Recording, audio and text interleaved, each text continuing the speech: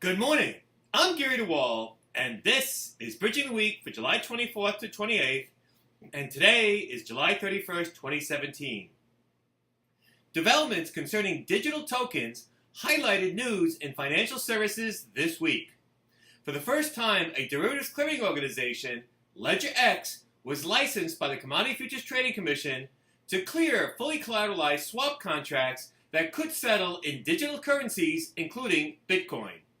Separately, the Securities and Exchange Commission ruled that digital tokens issued to raise funds for projects might be securities under U.S. law.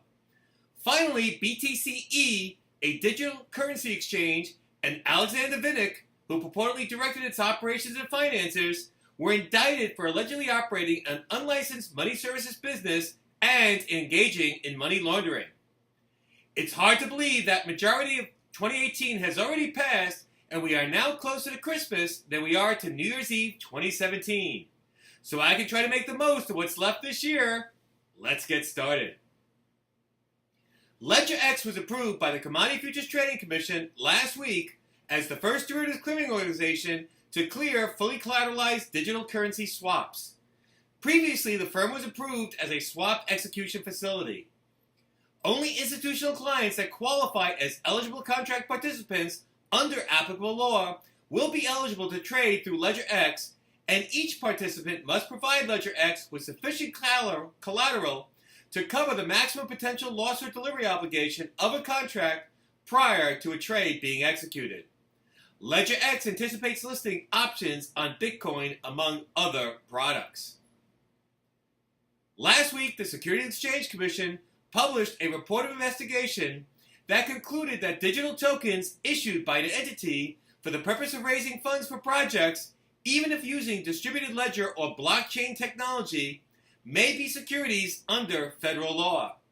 If so, such securities must be registered with the SEC or eligible for an exemption from registration requirements.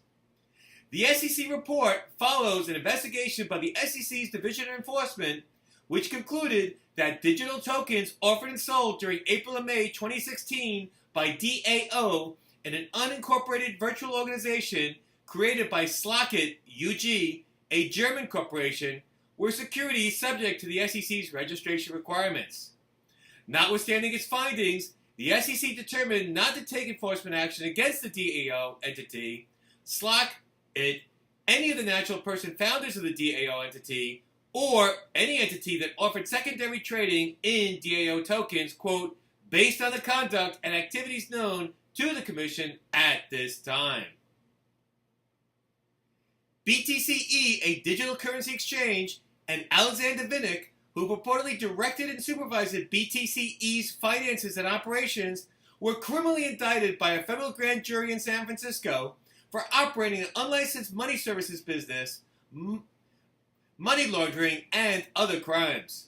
According to court papers filed by the U.S. Attorney's Office, from 2011 through the present, BTCE, quote, was an exchange for cyber criminals worldwide, end of quote, and allegedly used by criminals to launder and liquidate criminal proceeds from digital currencies such as Bitcoin to fiat currencies, including US dollars and EU euros. Moreover, despite doing quote-unquote substantial business in the U.S., BTCE did not register with the Financial Crimes Enforcement Network of the U.S. Department of Treasury as required and had no quote-unquote meaningful anti-money laundering procedures in place, claimed the indictment. According to the indictment, BTCE, through the relevant time, received criminal proceeds from numerous computer hacking incidents and ransomware scams, including the well-publicized hacking of the digital currency online market Mt. Gox in June 2011. Mr. Vinnick was arrested in Greece on July 25th in connection with his indictment. If convicted, Mr. Vinnick could be subject to a substantial time in prison and fines. Separately, FinCEN assessed a monetary penalty of over $110 million US against BTCE and $12 million US against Mr. Vinnick for not registering BTCE as a money service business and for violations of AML program requirements.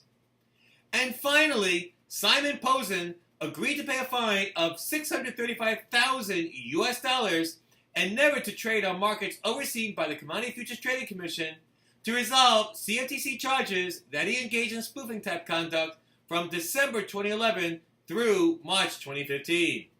Mr. Posen's transactions occurred on the Commodity Exchange Inc. and New York Mercantile Exchange. Previously in 2015, business conduct committees of both exchanges resolved disciplinary actions with Mr. Posen related to the same conduct, albeit for a shorter period of time. Mr. Posen agreed to settle his two exchange matters by payment of an aggregate fine of $75,000 and a CME Group product 5-week trading ban. Mr. Posen also settled another disciplinary action in November 2016 with COMEX for overlapping conduct from November 2014 through March 2015.